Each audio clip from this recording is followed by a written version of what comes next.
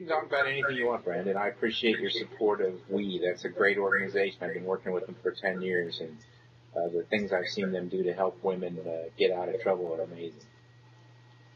Well, I was wondering what exactly that they did to help women out. They have a place for women to go if they're battered, need to get out of their house. But most importantly, what they do is they train them to get jobs so that they're not financially dependent on a bad situation. So rather than putting them on welfare, they go out and work. We've been having this debate about whether to go Nikon or Canon for the full frame sensor. We're looking at the D700 or the 5D Mark II. Now, I know you're going to say go with the Nikon because you've had issues with Canon, but I'm just saying, you know, It depends on what it depends on what you're going to photograph and some other questions I'll ask you. But I'll let you, it depends on the ISO you're at, where that difference lies, and the true Canon diehards will fight and scream and yell and whine like 13-year-old girls when I say 2 stops. It's at least 1. Well, you're up to 5. I thought you were still on 3. No, we got a couple. I just hate changing lenses. You know, I really hate changing lenses. So I don't blame you. I just permanently attach a body to each lens that I primarily shoot. I don't have to worry about it. Anyway, the thing to think about when you're picking a camera is what are the people around you have. This is great that you and your brother are considering doing this together if you can, because then you can share lenses. So if you have 20 friends who shoot Canon, you might go with the Canon, you know, even though it's not quite as good a low light performance, because then you got support mechanisms in terms of accessories and lenses you all might share, and people will have better, you know, ability to help you with your problems because everybody. It's the same question I ask people when they want to buy Mac or Windows. You know, the depth of field thing is very cool. The 5D Mark II shoots beautiful video. There is the shutter roll problem with any CMOS sensor in a video camera that you have to factor in. But I think the 5D Mark II is a fantastic camera. I mean. But it's not a fantastic camera for every circumstance. I think the D700 is a fantastic camera. It's not a fantastic camera for every circumstance. The Nikon 51.4, the Nikkor 51.4, the old version, which is what I have, is one of the sharpest lenses I've ever used. When I was at Arches National Park last year, I made some photographs with that camera, and I enlarged them to 72 inches. And I was seeing detail that didn't fall apart out of that lens. It's crazy how sharp that lens is. I am not a fan of the 70 to 200 f2.8 for the full frame cameras because, frankly, it just vignettes like crazy. And just because I switched to Nikon does not mean I'm a Nikon fanboy. If they screw up, I'm going to point it out. And that lens vignettes more than any lens I've ever used in my entire 37-year career. What might surprise you, though, is that I found one lens that I really like. It's not a Nikkor lens, but it fits my camera, and that's the Sigma 1 to 300 f4.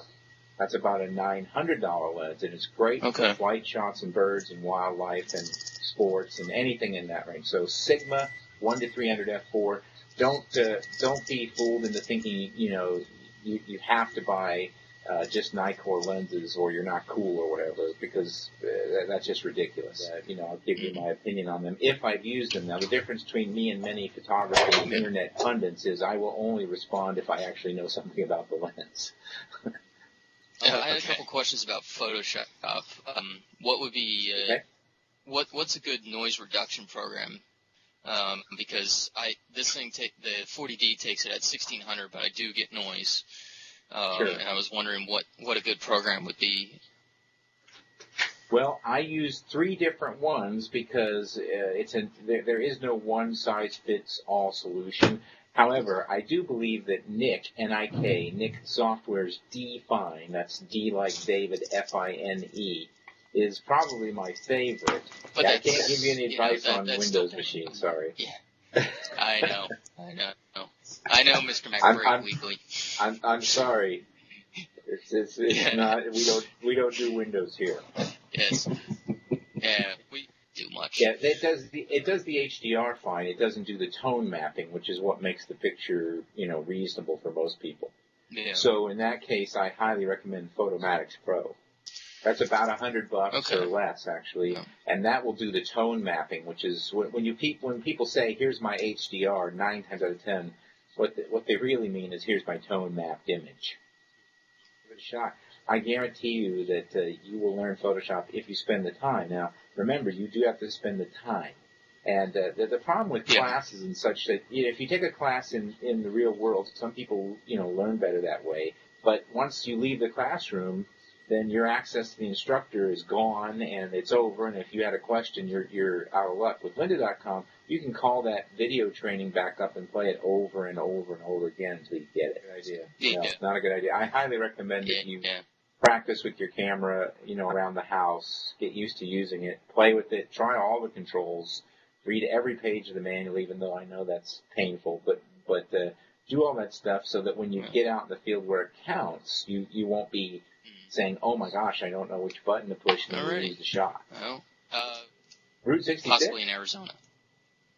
I've been on Route 66 a great deal in New Mexico and some in Arizona, but mostly in New Mexico. But here's the great thing about Route 66. You can type that into Google and wherever you're going to be, and there'll be a list of attractions. And over at twitphoto.com, we've got an older article you can search for on travel resources, and it gives a list of things that you can look at when you're going to go to a new area to shoot. But I'll say this, my experience on Route 66 has been one where the camera's on the front seat with me the whole time, and I'm stopping every 20 minutes to capture a cool-looking sign, an interesting-looking building.